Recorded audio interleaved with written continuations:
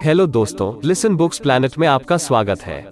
आपने थंबनेल पर बिल्कुल सही देखा। सिर्फ प्रैक्टिस हमें परफेक्ट नहीं बनाती, क्योंकि हम लोग हर दिन घंटों बातें करते हैं, लेकिन हम में से हर कोई एक्सपर्ट स्पीकर नहीं बन पाता।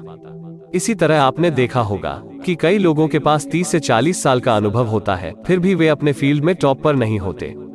आपने कई बार सुन रखा होगा, practice makes a man perfect, लेकिन ये पूरा सच नहीं है। तो वो क्या चीज है जिसे लोग अक्सर मिस कर देते हैं? वो है डेलिब्रेट प्रैक्टिस, मतलब सोच समझकर सही दिशा में अभ्यास करना, क्योंकि माइंडलेस रेपिटेशन से आप किसी काम में बेहतर नहीं बन सकते। फॉर एग्जाम्पल, अच्छा स्पीकर बनने के लिए बिना सोचे समझे और ज्यादा बोलते रहना जरूरी नहीं है। जरूरी यह है जो भी बोले सोच समझकर बोले, उसके बाद अपनी स्पीच को एनालाइज करके उसमें हुई गलतियों को दोबारा ना करते हुए यही हर बार रिपीट करें, और कुछ समय बाद आप अपनी स्पीच में काफी सुधार महसूस करेंगे, क्योंकि इस प्रकार के रेपिटेशन को ही डेलिब्रेट प्रैक्टिस कहते हैं। इसी प्रकार 30 साल के अनुभव वाले बहुत से लोगों के पास दरअसल 30 साल का नहीं बल्कि 1 साल का ही अनुभव होता है, जिसे 30 बार दोहराया गया होता है, क्योंकि बिना ध्यान दिए बार बार एक ही चीज करने से कोई एक्सपर्ट नहीं बनता। कई अलग अलग अध्ययनों में साबित किया जा चुका है, यदि आप किसी भी क्षेत्र में सुपीरियर लेवल पर पहुंचना चाहते हैं तो इसके लिए 10,000 घंटों के सुनियोजित अभ्यास यानी वेल प्लान प्रैक्टिस की जरूरत होती है। एंडर्स एरिक्सन नामक एक मनोवैज्ञानिक ने कुछ अन्य विशेषज्ञों के साथ मिलकर एक संगीत स्कूल में वायलिन वादकों पर अध्ययन किया। इसके लिए उन्होंने वायलिन वादकों को 3 श्रेणियों में बांट दिया। पहली श्रेणी में वो लोग थे जिनका स्टार बनना तय था, दूसरे वो जो सचमुच अच्छे थे और पेशेवर वादन कर सकते थे, और तीसरे में वो लोग थे जो अच्छे तो थे लेकिन बेहतरीन नहीं थे और जो संभवतः आगे चलकर वायलिन शिक्षक बन सकते थे। वैज्ञानिकों को इन तीनों श्रेणियों के संगीतकारों में मात्र एक फर्क मिला, और वो था उनके द्वारा किए गए प्रैक्टिस के घंटों की संख्या। जो शिक्षक बनने लायक थे उन्होंने प्रैक्टिस में 4000 घंटे लगाए थे। जो सचमुच अच्छे थे और पेशेवर वादन कर सकते थे उन्होंने 8000 घंटे लगाए थे। और सबसे ऊपर थे प्रतिभाशाली वादक जिनका स्टार बनना तय था, जिनके बारे में कहा जाता था कि उनमें इसका नेचुरल टैलेंट है। उन्होंने वायलिन प्रैक्टिस में 10,000 घंटे लगाए थे। इस अध्ययन में वैज्ञानिकों को नैसर्गिक प्रतिभा यानी नेचुरल टैलेंट का धनी एक भी ऐसा व्यक्ति नहीं मिला जो इतने अभ्यास के बिना शिखर पर सिर्फ इसलिए पहुंचा हो क्योंकि उसमें नैसर्गिक प्रतिभा थी। इस रिसर्च में एक बेहतरीन बात यह भी दिखी कि कोई भी ऐसा दुखी व्यक्ति नहीं था जो पूरे दिल से अभ्यास कर रहा था लेकिन कहीं नहीं पहुंच पाया था। इसलिए यहाँ सीखने वाली बात यह है, यदि आप प्रैक्टिस में टाइम और एफर्ट लगाते हैं तो आपको सुधार जरूर दिखेगा।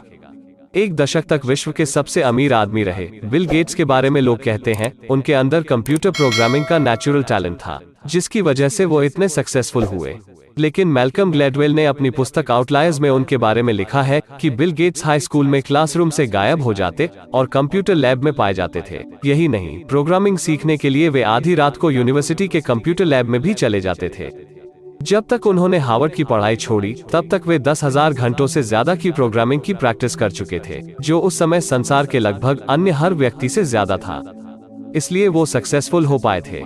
आप भी वेल प्लान प्रैक्टिस से किसी भी फील्ड में टॉप पर पहुंच सकते हैं। प्रैक्टिस करते समय आप हमेशा अपनी तुलना दूसरों के बजाय खुद से करें। यह आपको आगे बढ़ने में मदद करता है। यदि आप भी अपने फील्ड में टॉप पर पहुंचना चाहते हैं तो इस प्रकार की प्रैक्टिस आज से ही शुरू कर दें। शुरुआत में इसे हर दिन करना मुश्किल होगा, यह आपको शारीरिक और मानसिक तौर पर थका देगा, लेकिन आप लगातार इसे करते रहें। लगातार 30 दिन करने से आपको अपने काम में काफी सुधार महसूस होगा और आपके लिए यह करना आसान भी हो जाएगा, क्योंकि मैक्सवेल माल्ट्ज, जो महान राइटर, थिंकर और प्लास्टिक सर्जन थे, उन्होंने कहा था कि मस्तिष्क को कोई नई आदत अपनाने और पुरानी आदत छोड़ने में मिनिमम 21 दिन का समय लगता है, लेकिन लेखक ने यह 30 दिन का समय इसलिए लिया है क्योंकि तब तक यह आपकी आदतों में मजबूती से ढल चुका होगा। तो यह था 1% फॉर्मूला बुक का 4th चैप्टर, अभ्यास निपुण क्यों नहीं बनाता और इस बारे में क्या करें। अब 5th चैप्टर है, किस तरह कुछ न करने से आपको ज्यादा करने में मदद मिलती है। How doing nothing helps you do more. Jeff school के समय से ही ओलंपिक खिलाड़ी बनना चाहते थे और इसके लिए उन्होंने अविश्वसनीय समर्पण दिखाया। वे हर दिन प्रशिक्षण लेते। कॉलेज में जेफ ने कभी पार्टीबाजी नहीं की। उनका सारा समय ट्रेनिंग और कंपटीशन के लिए समर्पित था। 22 साल की उम्र में उन्होंने ओलंपिक में भाग लेने का अपना सपना हासिल कर लिया, लेकिन वे 4थे स्थान पर आए। सिर्फ कुछ सेकंड की वजह से वो एक मेडल से दूर रह गए। अब वे अगले ओलंपिक में विजेता के मंच पर पहुंचने के लिए और भी ज्यादा प्रेरित हो गए। उन्होंने इस कुछ सेकंड की कमी को दूर करने के लिए और भी ज्यादा कठोर ट्रेनिंग करनी शुरू कर दी। इस पर उनके कोच ने कहा, आपको खुद को आराम के लिए और ज्यादा समय देना चाहिए। लेकिन जेफ का मानना था यदि मैं ट्रेनिंग नहीं कर रहा हूँ तो कोई दूसरा कर रहा है और मुझसे आगे बढ़ रहा है। खुद को मोटिवेट करने के लिए यह निश्चित रूप से सही है, लेकिन इसका मतलब यह बिल्कुल भी नहीं है कि आप आराम ही ना करें। कठोर ट्रेनिंग के कारण जेफ के पूरे शरीर में दर्द रहता था और घुटने के जोड़ तो दर्द से चीख रहे थे, लेकिन उन्होंने यह ट्रेनिंग तब तक जारी रखा जब तक कि वो हवाई में वर्ल्ड रेसिंग चैंपियनशिप्स में हिस्सा लेने के लिए नहीं गए। उनके कोच ने एक बार फिर कहा, ट्रायथलॉन्स के प्लेयर्स किसी बड़ी दौड़ से लगभग 1 महीने पहले अपने ट्रेनिंग को घटा देते हैं, लेकिन जेफ ने इन सब को इग्नोर करते हुए अपनी ट्रेनिंग जारी रखा। जब हवाई में रेस शुरू हुआ तो ज्यादातर समय जेफ रेस में सबसे आगे थे, लेकिन किसी भी खेल का अंतिम समय बहुत महत्वपूर्ण होता है। रेस के अंतिम हिस्से को पूरा करते हुए अचानक उनके घुटने में असहनीय दर्द होने लगा। उन्हें ऐसा लगा जैसे किसी ने उनके घुटने में चाकू घुसा दिया है। उन्होंने जैसे तैसे रेस पूरी की और वहां से उन्हें सीधे हॉस्पिटल ले जाया गया, जहां डॉक्टरों ने बताया कि उनके घुटने जवाब दे चुके हैं। कई घंटों तक ऑपरेशन चला और उन्हें कई महीने बेड पर बिताने पड़े ताकि वो फिर से पहले जैसे चल सके। यह चोट सिर्फ शारीरिक नहीं थी, यह एक मनोवैज्ञानिक हार भी थी। उन्होंने सोचा, अगर मैं ओलंपिक में नहीं जा पाया तो मेरी पूरी जिंदगी खत्म हो जाएगी। वो पूरी तरह से हार चुके थे। वो खुद को कोसने लगे कि मैंने कोच की बात क्यों नहीं मानी। उन्होंने कहा, मैं भूल गया था कि हर दिन कदम दर कदम मेहनत करके बेहतर बना जाता है, ना कि एक ही बार में। जब जेफ धीरे धीरे ठीक होने लगे तो वे एक एक करके ज्यादा स्वस्थ आदतें डाली, जिनमें आराम करने की अवधि भी शामिल था। उन्होंने दोबारा कॉलेज जाकर एक बिजनेस की डिग्री ली और छोटी छोटी ट्रायथलॉन्स प्रतिस्पर्धाओं के लिए प्रशिक्षण लेने लगे।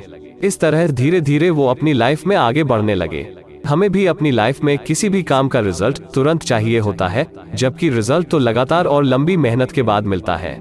जेफ की स्वस्थ आदतें कुछ इस प्रकार है। लगातार एकाग्रचित प्रयास करते रहने के लिए एक टाइम टेबल बनाएं। एकाग्रता से एक बार में 90 मिनट से ज्यादा काम न करें और ऐसे 2 कामों के बीच आराम के लिए समय जरूर रखें। हर सप्ताह आराम के कम से कम 3 अंतरालों में 20 मिनट तक व्यायाम करें। दिन में 10 से 30 मिनट तक झपकी लें। रात को कम से कम 8 घंटे की नींद लें। खुद को फ्रेश महसूस कराने के लिए नियमित वैकेशन मनाएं। तो दोस्तों, यह 1% फॉर्मूला बुक की समरी थी। इस बुक के प्रिंसिपल्स को अपनाकर कोई भी एक बेहतर लाइफ हासिल कर सकता है। इस बुक के प्रिंसिपल को डिटेल में जानने के लिए आप डिस्क्रिप्शन से फ्री PDF डाउनलोड कर सकते हैं। इस बुक के पहले और दूसरे चैप्टर के लिंक भी वीडियो के डिस्क्रिप्शन में है। यह वीडियो पसंद आया तो इसे लाइक करें और आगे भी इसी प्रकार की बुक समरी पाने के लिए हमारे चैनल को जरूर सब्सक्राइब करें।